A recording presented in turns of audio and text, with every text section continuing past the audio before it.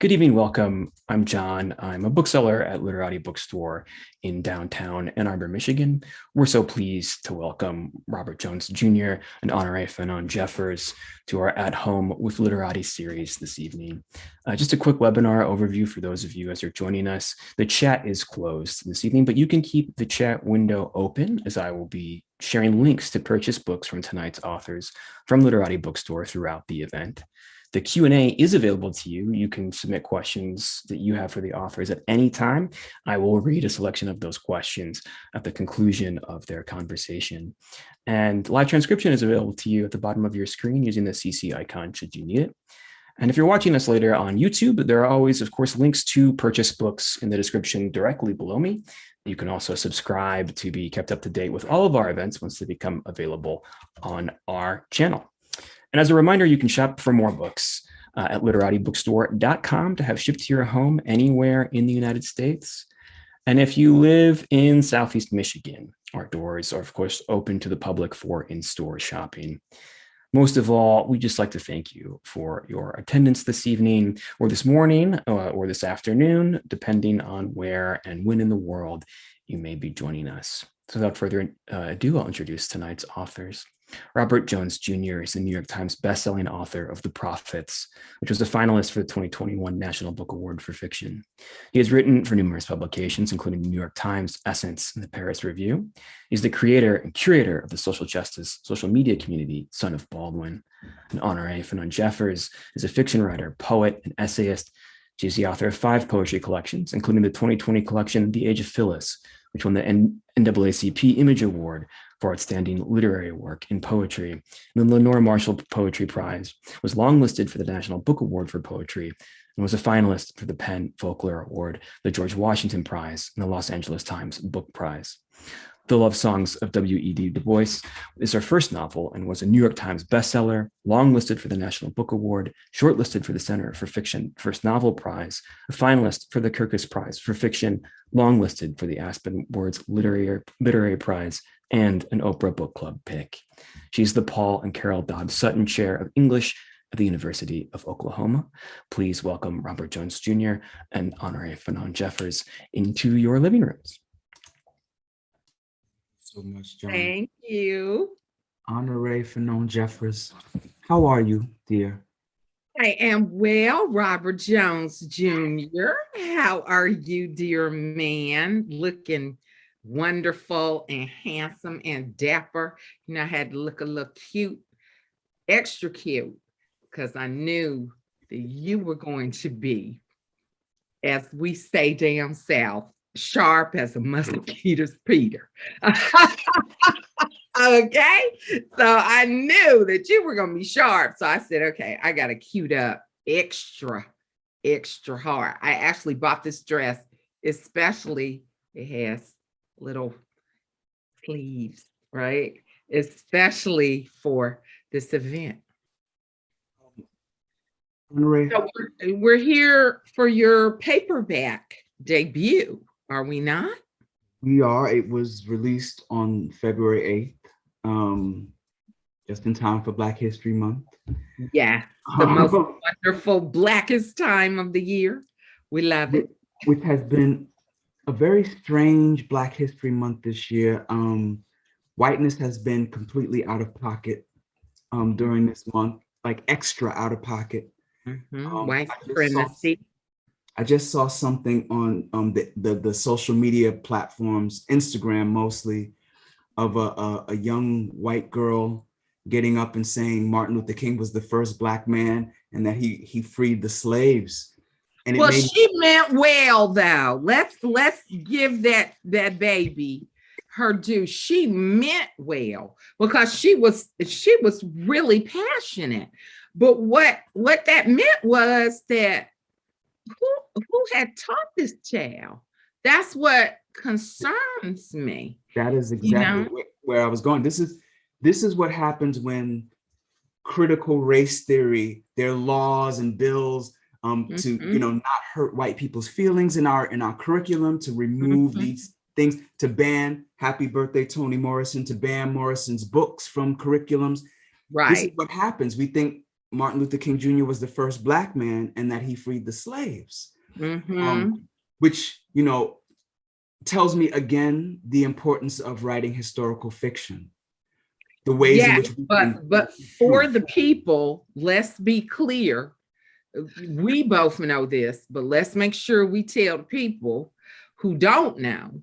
Teaching Black history is not the same as teaching critical race theory. Let them know. And that is a real problem. They don't, some of what it comes into critical race theory involves history, but this is a specific legal framework that says that white supremacy is unfortunately built into, the laws, the founding laws. I wish I had written it down. There's an African-American man who has championed making sure that when lawyers quote particular laws, he will say slave property law, slavery law, because many of these laws are not identified as such in legal briefs and journal articles and all of that. And I just happen to have the critical race theory reader, so I'm very familiar with this. So I didn't mean to, interrupt you, but I just wanted the people to know, if you don't understand, yes. Quite a number of people do not understand how it's been interpreted. Mass media in the cultural zeitgeist is anything that has to do with Black people, we don't want taught in the schools. And that's what they think critical race theory means, teaching us Black stuff. Well, also, there's, one of the things that I've thought about and I've talked about is it also has to do with shame, okay?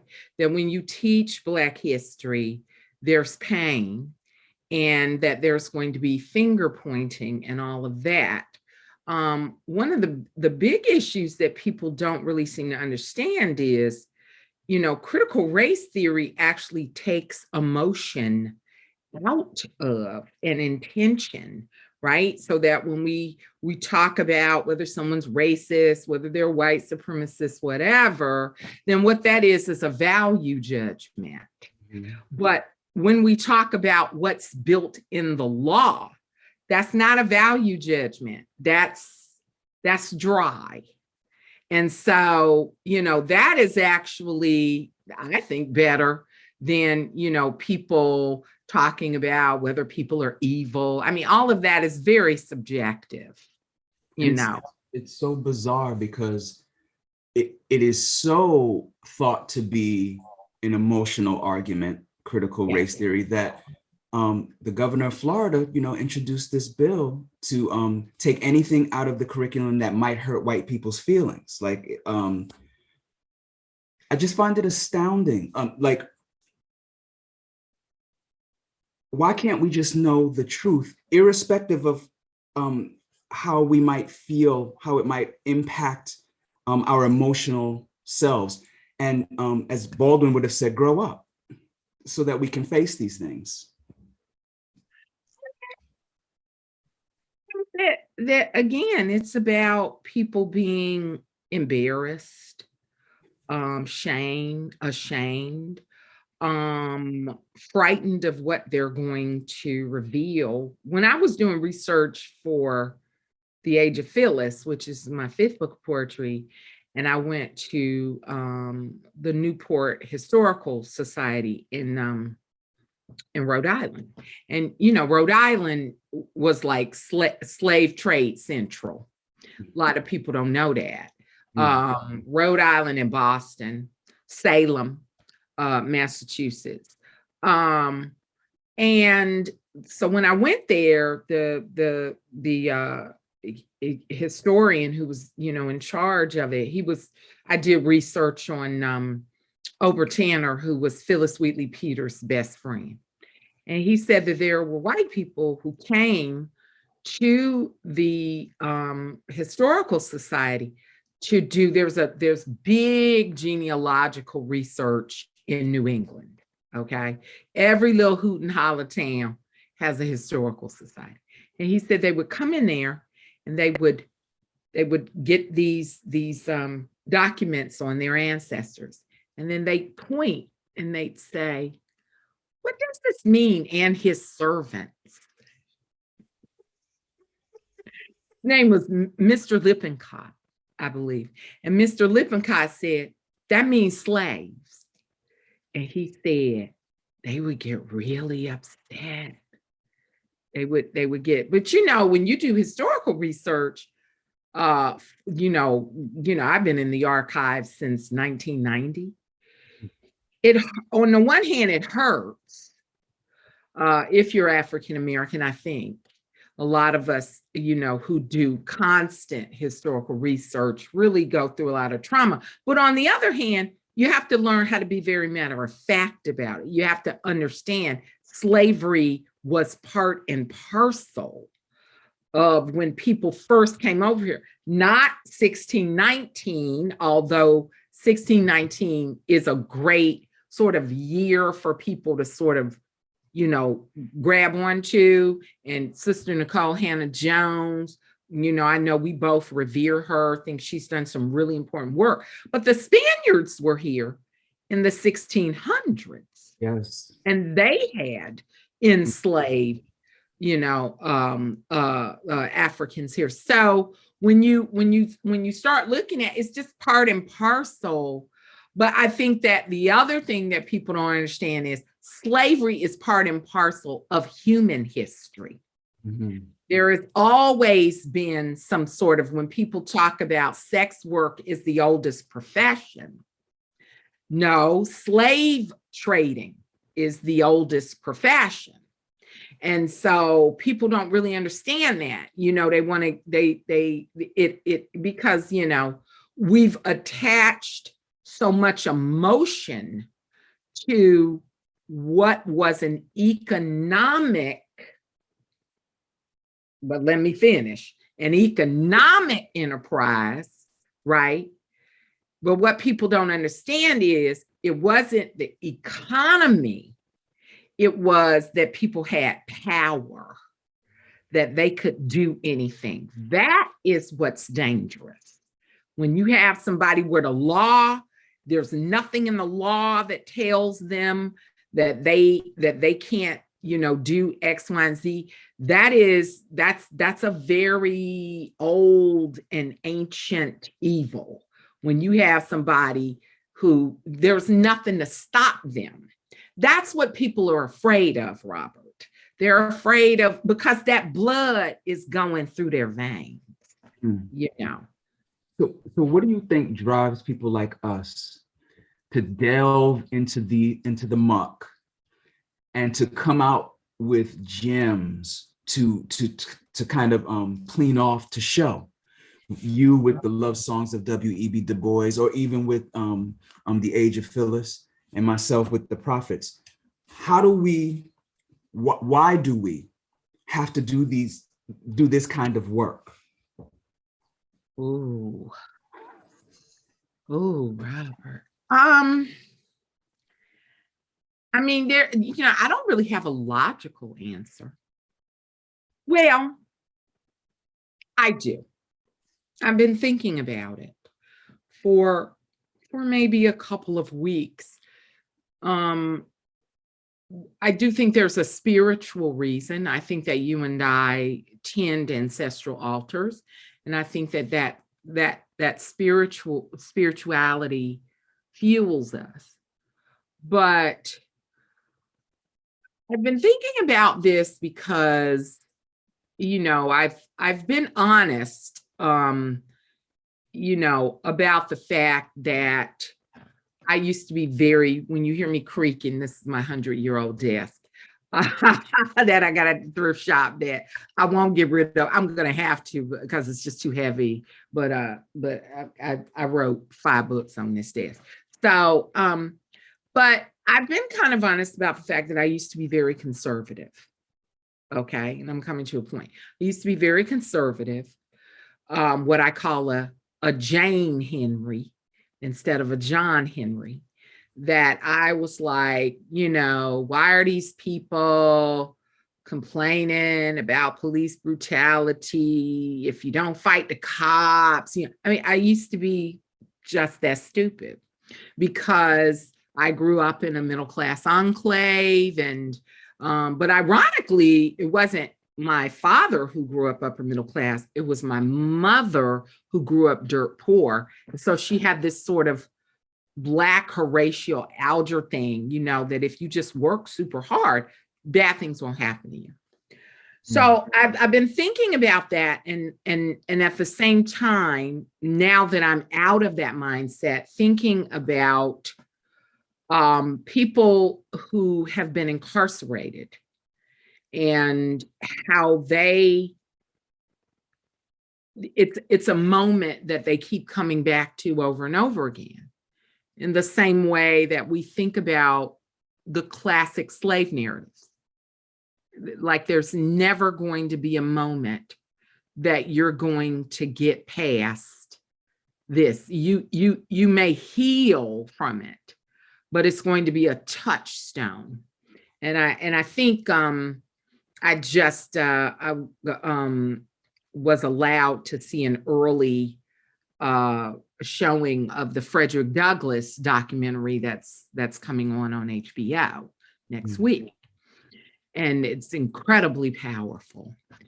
And so I began thinking about this. So maybe even not even 2 weeks ago, maybe just a few days ago, that I think that I was an abused child. And I've kept coming back to this moment. And I think being an abused child, there was something in me that connected with people who were enslaved. There was something that just, I obsessively read these narratives even before I was in the archives. Frederick Douglass's narratives, Incidents in the Life of a Slave Girl. When I was growing up, we didn't even know Harriet Jacobs had written it. We would say Linda Brent because that was the pseudonym that was used. Olaudah Equiano, and then when college, Dr. Gates, the great Henry Louis Gates Jr. had, he and Bill Andrews had. So when I think about it, I think that there's something that touches me, that when I was a little girl, not able to leave the home where my abuser was, and I would read these texts, and then when they would escape, they gave me a possibility that one day I could leave. And it's only now that I understand that. So I think that there's a spiritual aspect to it, but I also think it's, and of course, I can't compare my experience to slavery. Okay, so let's be clear about that. But I think I identified with it. I felt trapped. I too lived with someone whose moods would constantly change, and you never knew. I've spoken about it in my poetry, but I'm very careful. I mean, because I trust you and you're my dear friend and I adore you. That's why I'm having this conversation. I try not to have this conversation because people then they're going to be flipping through. Who's in here? And I'm like, no, I'm very careful to keep, I write about it in essays, but I'm very careful to keep that part away from my fiction. But yes, I think there's a sympathy that I have, for them. Like you first stated, there's an ancestral reason. Mm-hmm. The voices are calling upon me to bear witness. That's probably the impetus. But then in the case of the prophets, I was just curious. Why don't I see any Black queer figures before the Harlem Renaissance? Why don't you? Now, what you see is hints. Hints or sexual trauma. Or sexual trauma. And I think about Bell Hooks talking about her reading critical work to try to get a sense of control. Identify very, very strongly with that. And so there are now in the 21st century, there are, I think of my late friend, Vincent Woodard's The Delectable Negro. I think about the Black queer theory reader. You know, there are a few, right?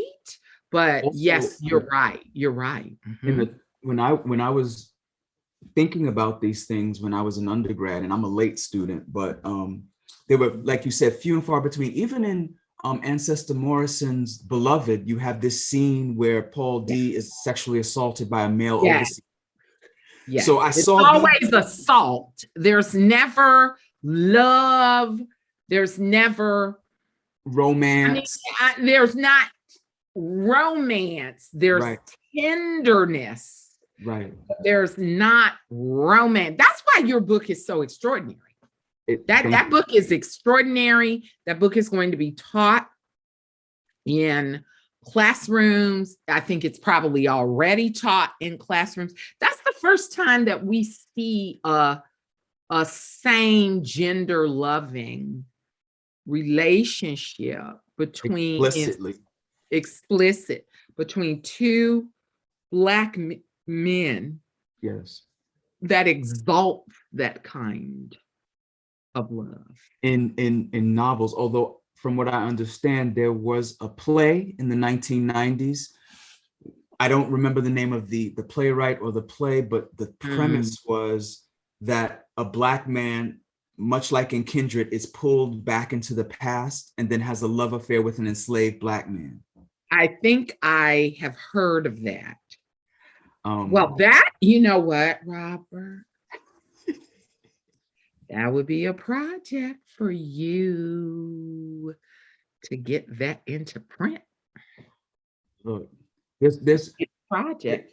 So much to see, y'all don't know Honorée like I know Honorée, who be juggling 9 projects at a time. It's not 9, it's 3. And she'll be just as calm and cool and collected about doing this work. And she's like, oh no, I got 8 other things I got to do. And so when she's busy, y'all, she really means she's busy. And she'll try to make time for you, but she's busy. She's a very, very busy. But artist. You know, that's our people are like that. Mm-hmm. We work. Indeed. Because we're terrified of being poor. Because we've seen, you know, we've seen what happens to our people when they are poor. And then also we help people in our families. Right. And then, you know, we like to give to charity. You know, I love giving to charity. For me, it's not a selfless act.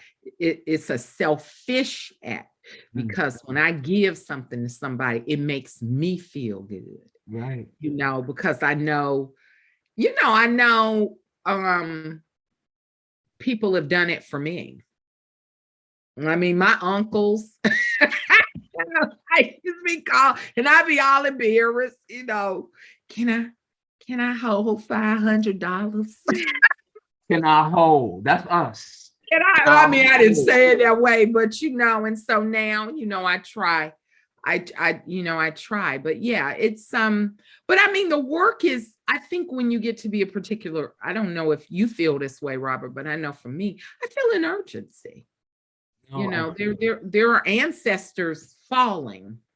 I mean, there are elders falling, going to the land, you know, as you know, someone who I loved, Valerie Boyd, God rest her soul, just passed on Saturday. But let me tell you who she was. It's like, I didn't even know she was ill, and she was doing stuff for me. and had terminal cancer. That's how we love. That's how we do for each other. That's how we love on each other, you know. And so I think about that. I believe you're right, because I'm thinking now of Chadwick Boseman. No one knew. He was no working one at the knew. last minute. No one knew. Somebody who worked with him, who was it? It was Michael B. Jordan? no, the older man. It's on the tip of my tongue. That was in Ma Rainey. Oh, okay. You're talking about Glenn Turman. I was about to say the father from Queen Sugar. Yes. And he was like, you know, I thought he was kind of precious. And I was, you know, I would see him and he would be getting massages and this, and the other. And he was like, come to find out, you know, and that's the thing. And you could tell he felt bad, because, you know, them older Black men, they're like, you know, chop off an arm and they'll be like, just put some, you know, just put some alcohol on it and put a Band-Aid on it. And I keep on going, you know, they're just like, no, we don't get sick and we don't suffer and we don't, you know. You know what's so funny? I come from a lineage. My great grandfather Lawrence was a medicine man. I think that's what they call it. In South Carolina, he was the one everyone would go to for medicinal cures. Oh, okay. You come from root working stock. That makes perfect sense. I do as well. Oh, do you? Oh, yeah. My great grandmother was a root worker. Okay. But not for people in the neighborhood. Apparently, she rooted her husband. Oh. And yeah. And he would just follow behind her, and supposedly like 5 or 6 of their children were not his biologically, and he had absolutely no idea, and everybody else knew. Everybody else knew. And he wasn't a nice man though, so you know, who cares? Honorée, we have both taken quite a bit of time to write our first novels. Mm-hmm. You took 12 years, is that right? I took 11 and a half. 11 and a half. Wow. And don't think it is going over my head that you are asking me questions at your book event, and this, you all, is who this man is. This is how generous he is. This is how loving he is. This is how wonderful, you know. So don't think that went over my head. Yeah, 11 and a half years. How long did it take you? 14. But I want to know, for people out there who are thinking that they're failing because they're taking so long to write their books. Our time is not God's time. Come on. Our time is not God's time. When it's ready, you know, when you cooking, it'll be ready. You know, and you can't be trying to catch up to the youngins. I mean, let the youngins have a moment. You know, I'm fine with letting the youngins have a moment. But everybody, I mean, I'm fond of saying it only took me 24 years to become an overnight sensation. You know, people were like, there are people who actually thought Love Songs was my first book. I'm like, baby, this is my 6th book. Just because you ain't heard from me don't mean I ain't been here. Okay. You know, they're like, well, this is your first book. I'm like, no, this is my first novel. But I've also published short stories. And I also had a blog. You had a blog. Right. Do you still have the blog? No, not really. I have social media, but I don't have the blog anymore. But the reason why it took me 14 years is because I was fighting fears. Mm-hmm. I was fighting the inner critic that was telling me you're not a good enough writer. Nobody's gonna read this book. Meanwhile, there's plenty of hacks out there getting paid in full, and they walking around like, you know, and you sitting up like, oh my God. And I didn't have the benefit of a sugar daddy or somebody taking care of me while I could just sit at home and write. I had to work full time. I had 3 part-time jobs in undergrad and 2 in grad school. I didn't know that. Yes. I didn't know that. Well, that's the same thing with me. I mean, my first poem was published in 1997. I've been a teacher, and I'm also this kind of person where even though I'm a very, I'm stern, I'm also very loving. Tell the people what you teach. Well, I teach literature sometimes, early African American and transatlantic literature. So up until the Civil War. Okay. So I teach that. We start with Sanjata, an epic of old Mali. And then it's actually not just it's resistance. So everything has to be in the theme of resistance. And then I teach poetry workshops. And now I'm teaching an advanced, this is funny, first advanced fiction workshop I'll ever teach is in the fall. Yeah. Excited? I mean, I think, if not, if people don't think I'm ready for it now, I don't know when. After an 800-page book, it's basically like 2 to 3 books in one little small, or at least 2 books, right? So yeah, when you're teaching, and that's a lot of energy. Yes. And when you're working, like you were when you're in school, it's a lot of energy. And I don't really know that a lot of people understand the kind of toll that it can take physically on you. I've had to change my diet. I've had to, all sorts of things. Then now the pandemic has hit. So, there can be anxiety sometimes. There's just a lot going on. So yeah, it's, and then neither one of us have children, but then if you have people who have children, that they're rearing, I want to go back to something you said earlier about having this sense of urgency. Mm-hmm. I feel that more now than ever because you already know this, but the audience may not know that in 2019, I was diagnosed with multiple sclerosis. Just this past New Year's, I had a very harsh flare-up of that illness where it affected my eyesight. And it scared me so much that it was the first time that I had ever considered that it might be the thing that takes me out. No, it will not. I claim that in the name of God. I just, of course, I have no power, but I'm just going to claim that that's not happening. But it drives my sense of urgency. It makes me think, okay, maybe my time here is shorter than I initially thought, because, we all think we're immortal. I think that I'm going to live to my grandfather's age. My grandfather died at 96. I said, well, if I have 40 more years, I'm good. Right. But I might not have 40 more years. Might not. None of us may have it. Right. So my sister passed in 2014. She and Valerie Boyd were born in the same year. My God. My sister passed. She was almost 51. And I would have never thought that would have happened. We lost Elder Bell Hooks, which was a shock. Oh God.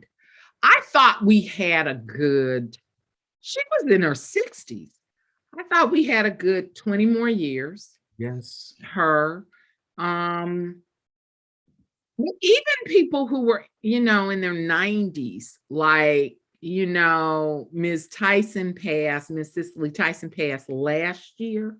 96. And I was still upset and angry. Sir Sidney Poitier just passed, a few weeks ago. I was upset and angry. But with Valerie, like I we weren't close, but she was like this presence in my life. And so I thought, oh, okay, well, it'll be a few days. And then today, I mean, you know that I do French tutoring. So, because I'm trying to one day be fluent. And I was I'm always, because this doesn't sound arrogant. I'm used to things being easy to me. And so I'm really having to fight to, get this language, And so today I was saying, Madame Monique is my tutor. Madame, I just, and she said, you are, you are well, you are doing well, she's always with. And so we were having this conversation and I'm coming to a point. I was doing what I see people who are not native English speakers do, and they go, and Yes. and they and so I was doing that, right? And afterward, it felt like somebody had drained all the blood out of my body. And I thought, I'm hurting over Valerie. I'm still hurting. It wasn't a tired like I do after I have an event. It was a numb, heartbreaking. And I'm realizing, like, I just thought we were going to have more time with her. I just thought, and I mean, it's a silly show, but there was a saying that somebody sent to me over one of the Marvel shows or whatever. And this lady had said to this robot man or whatever that she was in love with, what else is grief but love persevering? And it helped me. That was that Vision, the Vision in Scarlet Witch? Yes. Yeah, that helped me because yes. Right, because you think you're going to, and then I found out that Valerie had passed away in a webinar, which was a memorial for Miss Lucille's passing. So I'm sitting up in there watching her daughters, who are my friends. I love them, I adore them. And then all of a sudden, somebody, I moved and I was scrolling through, how sometimes you scroll through your phone. We've learned how to do all of this stuff at the same time. And somebody had messaged me and said that she had passed, and she was Alice Walker's biographer. So book is coming out this year, yes? Well, the journals are coming out, but I was like, was there supposed to be a biography? Like, I'm not sure. I'm not sure what's happening, but yeah, we all think we've got more time. We never know the hour of the day. I'm not concerned about myself. I'm not afraid of death. I'm afraid of other people's hurt, That is the thing for me, is I don't want other people to be sad. And they're going to be, though.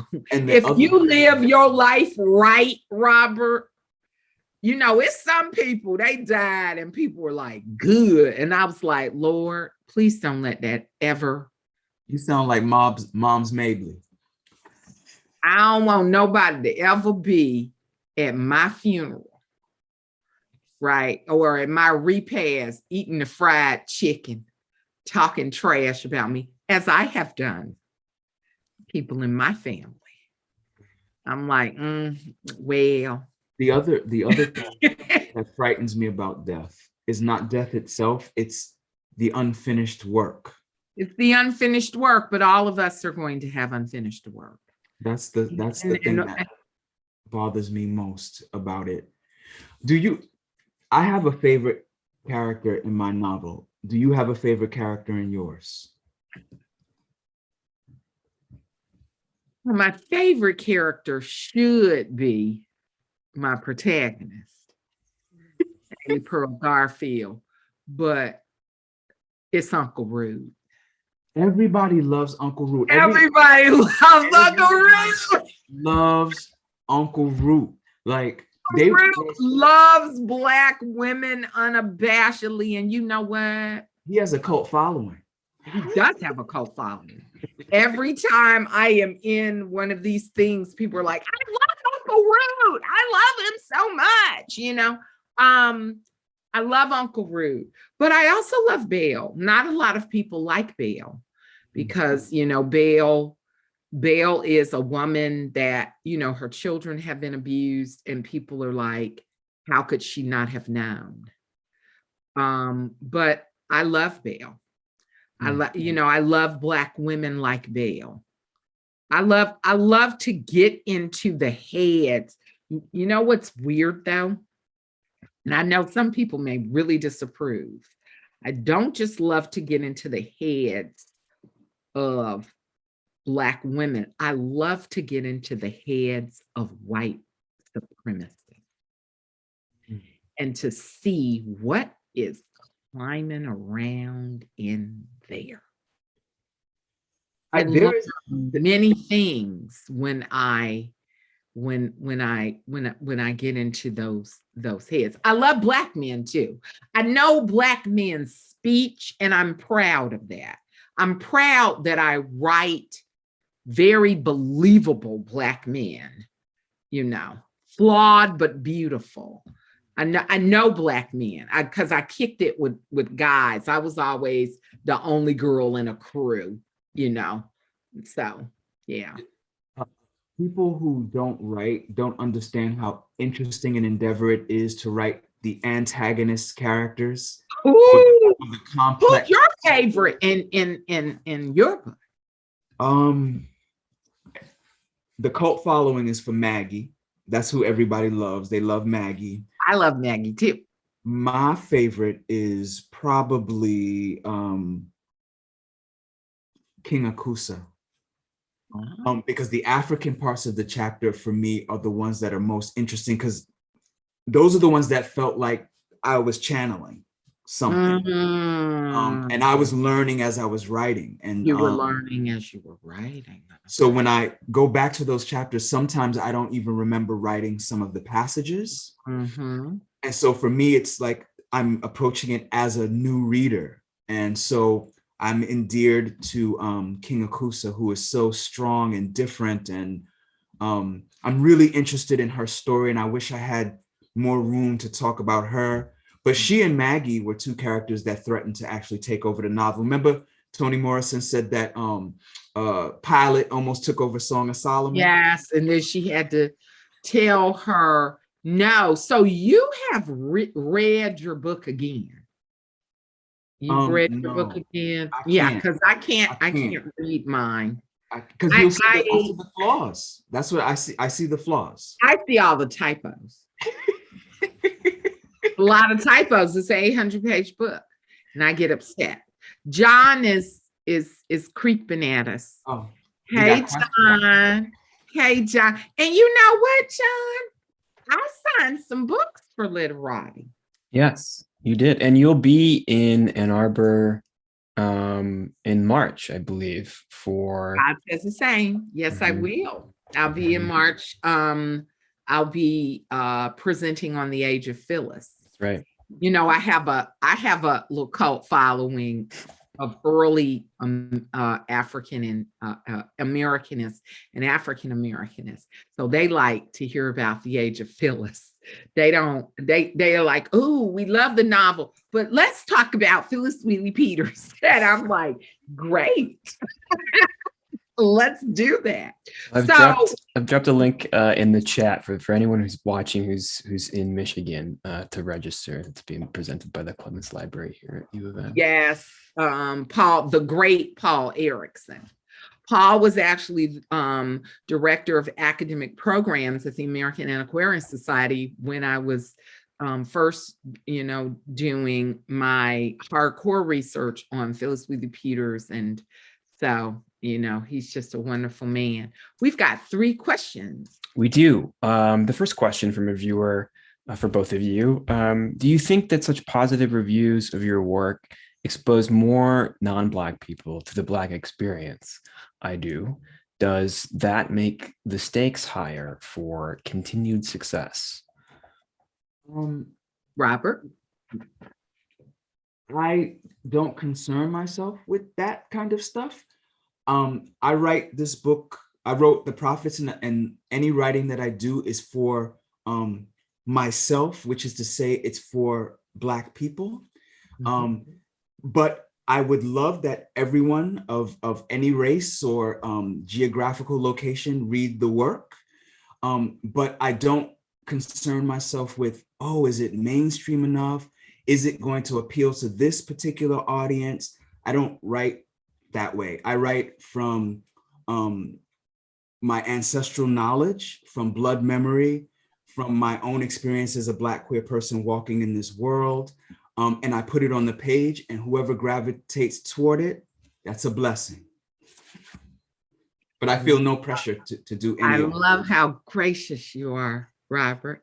I would like to say, with so much love and respect, let's change non-Black people to non-white people.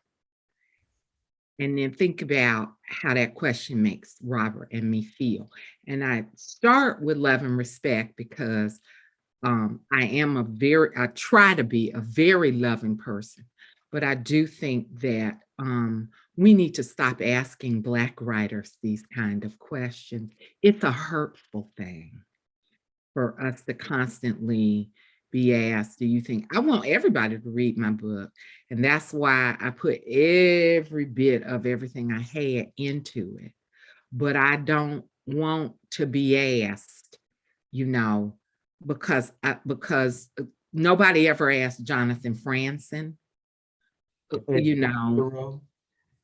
or E.L. Doctorow, if we're referencing Toni Morrison. Actually, she said Ed Doctorow, because I guess, she was friends with him or whatever. So nobody likes to be lectured, and nobody likes to lecture. So I don't want to lecture. And I know that whoever asked the question doesn't want to be lectured. And again, I want you to know I'm saying this with love, because the reason that the love songs, there's love in the title, is because this is every bit of love I had for this place called America, and the place that my people, my Native American and my Black and my African American people live. But I think that we have come to a moment where we need to stop asking these questions. And so I'm answering in the way that I am now. And then in 6 months or 8 months, I'm just going to say, don't ask me those questions anymore. Because Professor Morrison already had these conversations for a really long time. But I was really scared when my book first came out, that to be well behaved. And thank you so much, PLF, whoever you are, for your kindness and your willingness to receive what I'm saying. I know that you did not. I'm from the deep South. Robert knows. I know when offense is intended. So I know you didn't intend offense. You can pick up on it. So I appreciate your kindness. It's a question for Robert. For Mr. Jones, I was taken with the lengthy acknowledgments at the end of The Prophets. Can you speak to why you needed to lay out that list?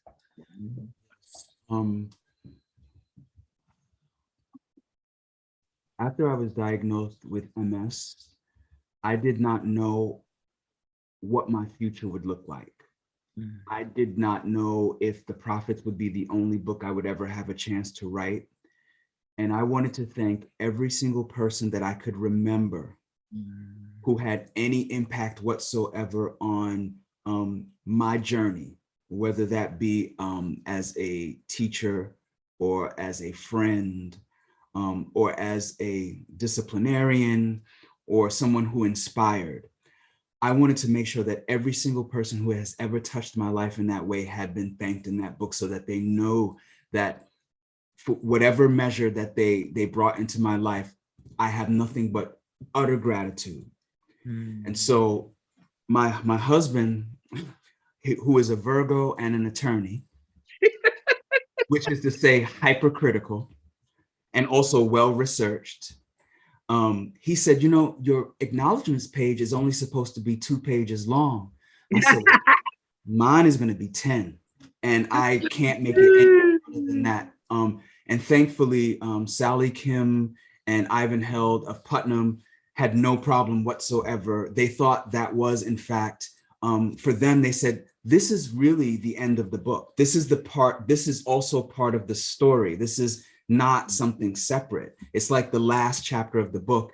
And when you think of it in that way, it's almost like an amen at the end of the book. And so for all of those reasons, I had to do that.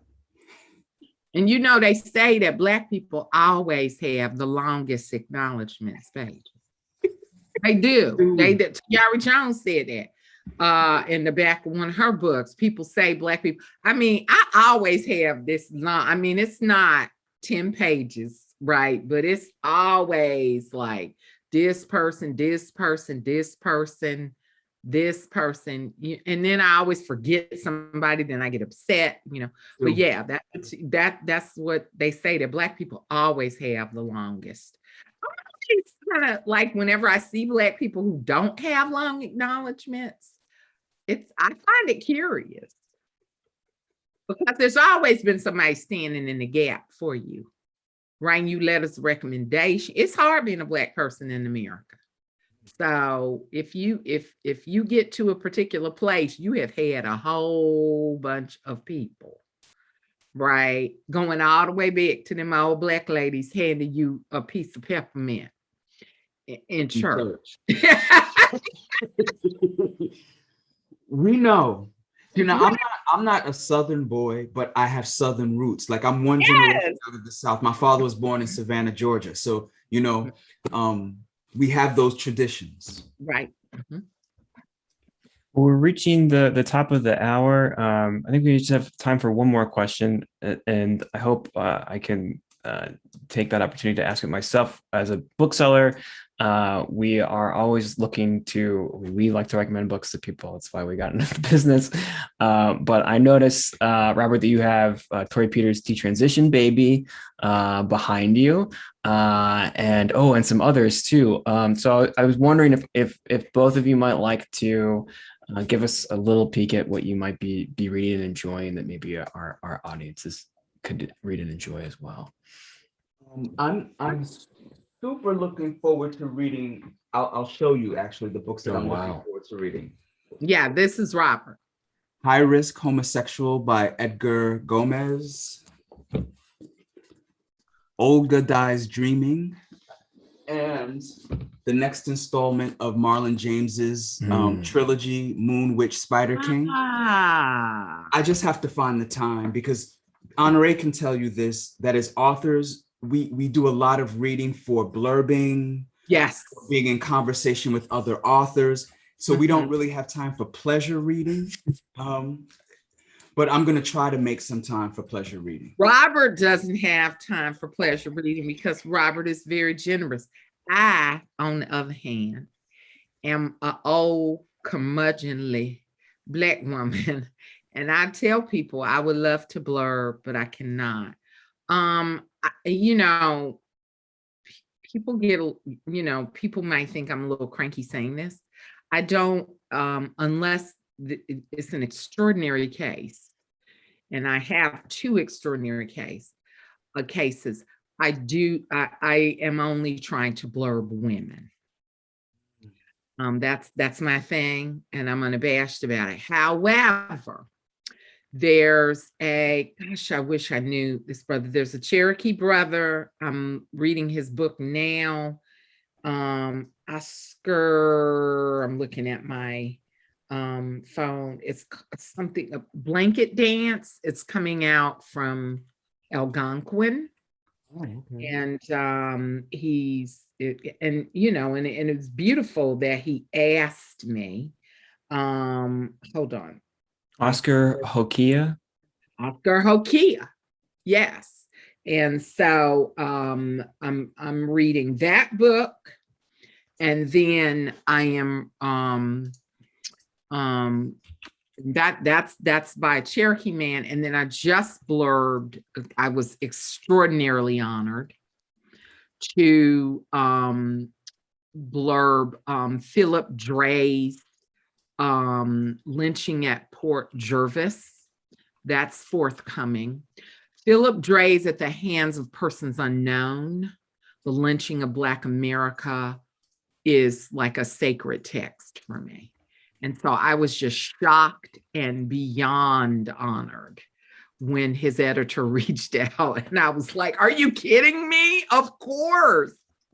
I'm also reading A.J. Verdale's Miss Chloe, which is an account of her friendship with Toni Morrison. And that's an arc, and that's forthcoming. And then I'm reading Dolan Perkins Valdez, Take My Hand. Oh, yes. That's coming out in April. So, and that's not for blurbing, that's just, that's for pleasure. I was bold, and I slipped in, Dolan blurbed my book, and I slipped into her DMs and I said, can I get an arc? She was like, of course you can get an arc. I was like, oh girl, I want to read it. And it's real good. It's real sassy and real good. And that's what I'm reading now. And then Critical Race Theory. I'm reading selections for this for my Nerdy Circle book club, where we get unabashedly Black and nerdy. On Instagram, but we also have many very lovely white allies who also are part of the Nerdy Circle, right? And they really want to read, they want to discuss. I just finished, it was a long read. I just finished Eric Foner's Reconstruction. That's a long book, and it's very important because the Reconstruction era is the people know the least about. They don't teach it in schools, but people think they should. So that's where I am now. There's a new book of poetry, and of course I completely forgot its name, its title, but it's I ordered it. I spent my money. I spent a lot of money on books. And it's by a young Black woman, and I totally forgot it, but I'm digging it. And I don't read a lot of poetry nowadays. I just have to be honest. I don't like a lot of jagged lyricism, that I can't understand, or that's not, where someone, I'm always about holding the hand out to the reader. And so I'm probably committing a grave sin saying I don't read a lot of poetry these days, but hey, it's not like I've made my huge career in poetry. It's fiction that has put me on the map. So I'm not scared. I ain't scared. I'm just going to say. So when I say, I'm digging on it, I'm really digging on it. And so that's what I'm reading right about now. That's wonderful. Thank you both for your graciousness, not just answering that question and providing some tips on what to read next to our viewers, but also for this entire conversation this evening, which has been so lovely and enlightening. And it's an honor to have you both at the virtual bookstore. Hopefully we can have you in the actual bookstore. Will I meet you in March, John? If you swing by the bookstore, yeah, we might have you. I might reach out to you somehow and see about signing some more stock if that's possible. But I think we're not going to be able to be at the actual event. Okay. We're not doing that Well, why yet. don't you reach out to Paul Erickson at the Clements Library, and then maybe he can just swing me by, even if we don't have a lot of time. Absolutely. I think I can still just say, hey. Yes, we would love that. I think we're dropping off some book plates with Clements. And I'll be wearing my mask, but I will be wearing a cute outfit as always. As always. Well, if you live in Michigan, there's a link to register for the event here in the chat, and there's links to purchase some of the books that they've mentioned and their books as well in the chat. Robert, Honorée, thank you so much. I hope you continue to be safe and be well. We look forward to your next books. To all of our viewers, thank you so much for joining us. We look forward to seeing you at the next event. Have a great evening. Have a great weekend. Take care. Hey, everyone.